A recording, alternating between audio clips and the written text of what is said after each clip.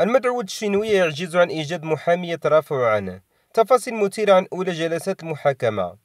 عرفت الجلسة الأولى لمحاكمة المدعوة الشينوية أحداثا مثيرة، سيما بعد عجزه عن إيجاد محامي للترافع عنه، الأمر الذي دفع بهيئة المحكمة إلى تأجيل البت في الملف إلى يوم الجمعة 29 نوفمبر الجاري. وحسب مصادر لموقع برلمان كوم، فقد رفعت الجلسة قبل بدايتها بسبب تأخر إحضار المتهمين قبل أن تستأنف لحظات قليلة بعد ذلك، بمجرد إحضارهم إلى قاعة المحكمة ليتم الشروع في الاستماع لرضا البوزيدي الملقب بولد الشينوية، الذي سأله رئيس الجلسة عن اسم والده واسم والدته، وكذا عن المحامي الذي ينوب عنه، قبل أن يقاطعه هذا الأخير بالقول إن جميع المحامين رفضوا بشكل قاطع الترافع عنه، ليسرد بعدها تفاصيل الأمر على هيئة المحكمة، الأمر الذي دفع برئيسها إلى إيقافه ودعوته إلى إيجاد من ينوب عنه. عجز ولد الشينوي عن إيجاد محامي للدفاع عنه أكدته شقيقته كذلك، نافية في تصريح إعلامي لها أن يكون هذا الأخير قد أهان مهنة المحاماة ومنتسبيها، مؤكدة أن الفيديو الذي ظهر فيه وهو يصفهم بأقبح النعوت يتعلق بفترة إقامته في دولة الإمارات، وكان يتحدث عن محامين مصريين على حد تعبيرها. يذكر أن النيابة العامة أمرت يوم الأربعاء الماضي بمتابعة رضا البوزيدي في حالة اعتقال وإيداعه سجن عكاشة بالدار البيضاء، موجهة له العديد من التهم أبرزها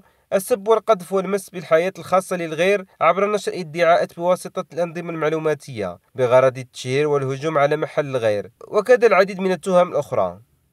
أسعار التعليم الخصوصي، وزير التربية الوطنية ينهي الجدل. قال محمد سعد برادة وزير التربية الوطنية والتعليم الأول والرياضة إن قانون التعليم الخصوصي لا يسمح للوزارة بالتدخل وتقنين رسوم وواجبات التمدرس بمدارس التعليم الخصوصي، مستدركا نتدخل بطرق غير مباشرة عبر لجان المراقبة الإدارية والتربوية. وأوضح برادة اليوم الاثنين خلال جلسة الأسئلة الشفهية بمجلس النواب أن عدد التلاميذ في القطاع الخاص يبلغ 1,200,000 تلميذ، وهو ما يمثل بحسب الوزير 13% من مجموع عدد التلاميذ، مضيفا أن هذه المدارس الخصوصية تقدم مجموعة من الخدمات منها النقل المدرسي، الحراسة، الإطعام والأنشطة الموازية، ما يفسر حجم وقيمة الرسوم وواجبات التمدرس في هذه المدارس. وفي رده على جدل ارتفاع أسعار رسوم التعليم الخصوصي، ذكر المسؤول الحكومي أن قانون التعليم الخصوصي لا يسمح للوزارة بالتدخل وتقنين الرسوم والواجبات، لكن نتدخل بطرق غير مباشرة بين المدارس والأولياء من خلال لجان المراقبة الإدارية والتربوية. وأكد الوزير كما أننا وضعنا عقد نموذجي يحدد التزامات المدارس والأسر حتى تكون العلاقة واضحة ومبنية على عقد. من جانبها انتقدت البرلمانية عن حزب الفريق الدستوري الديمقراطي الاجتماعي